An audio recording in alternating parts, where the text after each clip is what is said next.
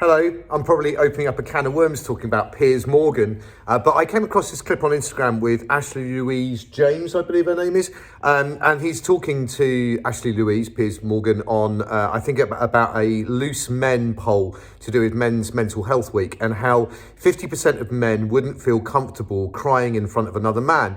And Piers Morgan kind of goes on to say that essentially in the last few years, men have been kind of socially conditioned to be more expressive, to kind of cry more. And he thinks that that kind of essentially shows too much emotional weakness, that men have been conditioned to be emotionally weak. So, of course, we all know the score with Piers Morgan. He's kind of like raison d'etre is really to kind of create publicity and kind of essentially be inflammatory and incendiary with the things he says. So we'll leave that to one side. But it's interesting that he's talking about emotional control and that men should essentially be emotionally in control of themselves.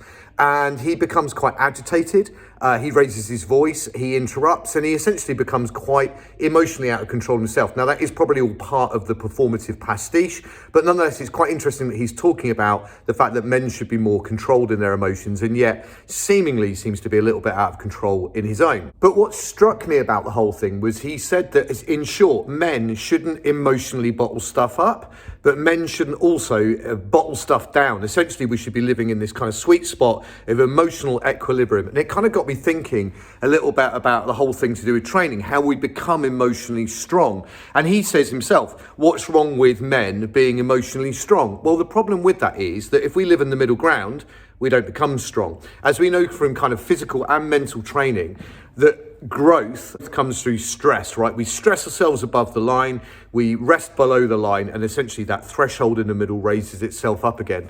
So it just kind of goes to show that he obviously hasn't spent a day in a gym. Essentially, when we're doing weight training, we aren't getting strong when we lift a weight. In actual fact, we're getting weaker. We're breaking muscle down. It's only in the recovery from that stress of going above that line that our muscles kind of adapt and our body kind of recruits more muscle fibers and basically makes us stronger to be ready for the next time. Now, it's the same with emotion, isn't it? If we kind of bottle stuff up, we're actually kind of ending up being in a position where, I don't know, let's say we're on a daytime TV program and somebody disagrees with you, you start to become, I don't know, let's say agitated, and you start interrupting and you start raising your voice, for example, possibly because you're not emotionally strong. But that's where I fundamentally disagree with Piers Morgan. Yes, I think everybody should be emotionally strong, but the only way to create true emotional strength and resilience is by being open and emotionally open and being able to express yourself and understand your feelings and be able to work through them. And that takes a level of emotion. And sometimes we have to blubber, and sometimes we have to be emotionally honest, and sometimes we have to exercise some tough love with ourselves, in short. And really, that takes a level of honesty that I think in most cases isn't something most people are prepared to kind of go anywhere near. I remember somebody telling me once that the angry people that are shouting and waving their arms about aren't the ones you want to be worried about. It's the angry people that are very, very quiet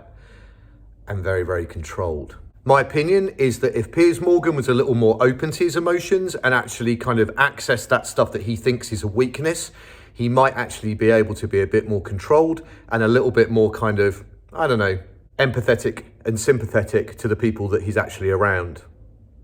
But then he wouldn't be on TV, would he? And let's face it, it's all about the publicity where he's concerned.